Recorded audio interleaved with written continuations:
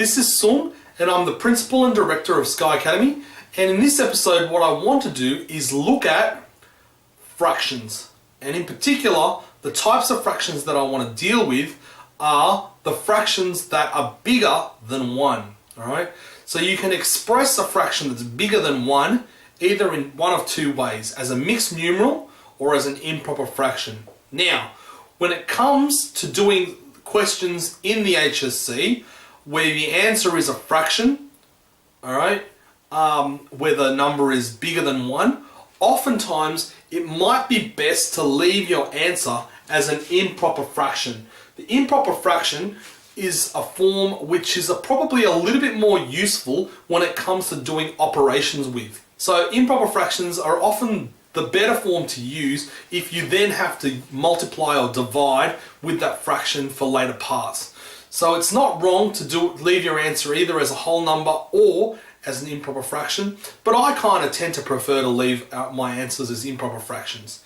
You're better off leaving your answers as a fraction than as a decimal, because decimals often on your calculator are rounded and they kind of tend to have lots of decimal places, or they have decimal places that keep going forever. So oftentimes a fraction form is a more concise way to express your answer, okay? Unless, of course, the question asks you to leave your answer as a decimal, or to 1 or 2 decimal places, or to 3 significant figures, or whatever.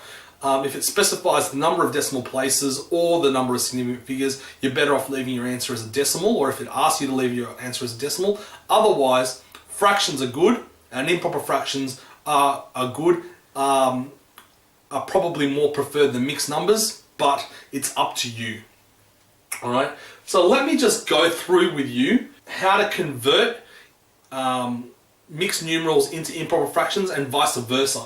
So just say you've got a mixed numeral 2 1/3. What that basically means is that 2 is your whole number component and your 1/3 is your remaining fraction. So the way it works is 2 1/3, if we were talking in pizzas, would mean that you have 2 pizzas and a remaining third of a pizza. Does that make sense? Now, 2 1/3, these 2 whole pizzas can also be divided into thirds. 1, 2, 3, 4, 5, 6, 7 third slices. So 2 1/3 would end up being 7 on 3. Now the way you got that 7 was to divide each of these 2 pizzas into thirds. So in other words, 2 times 3, and then you plus the remaining piece.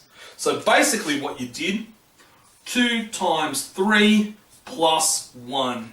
So you take this number, put that there, this number, put that there, this number, you put that there. Okay? So if we were to do the same thing with these 3, alright, what would we be doing? 3 1/4 would be 3 times 4 plus 1 over 4, which would be equal to 13 quarters. This one, 7 pizzas sliced up into thirds, would be 7 times 3 plus the 2 remaining thirds, which would be 23 over 3. And this one, 10 pieces slices up into fifths, would be 50 slices, 53 on 5. So you need to be good at going from mixed numeral to improper, and now what we're going to be doing is going from improper through to mixed numerals. In this particular case, we're going to, instead of multiply, we're going to divide. 3 into 13 gives you 4 whole pizzas with 1 left over. Okay? 4 times 3 is 12. You need 1 left over to make 13, so it's 4 1/3. 18 over 5 ends up being 3 3/5. 5 goes into 18 3 times with 3 left over. And in the last one, 10 goes into 27 2 times with 7 left over, 2 7/10. Okay?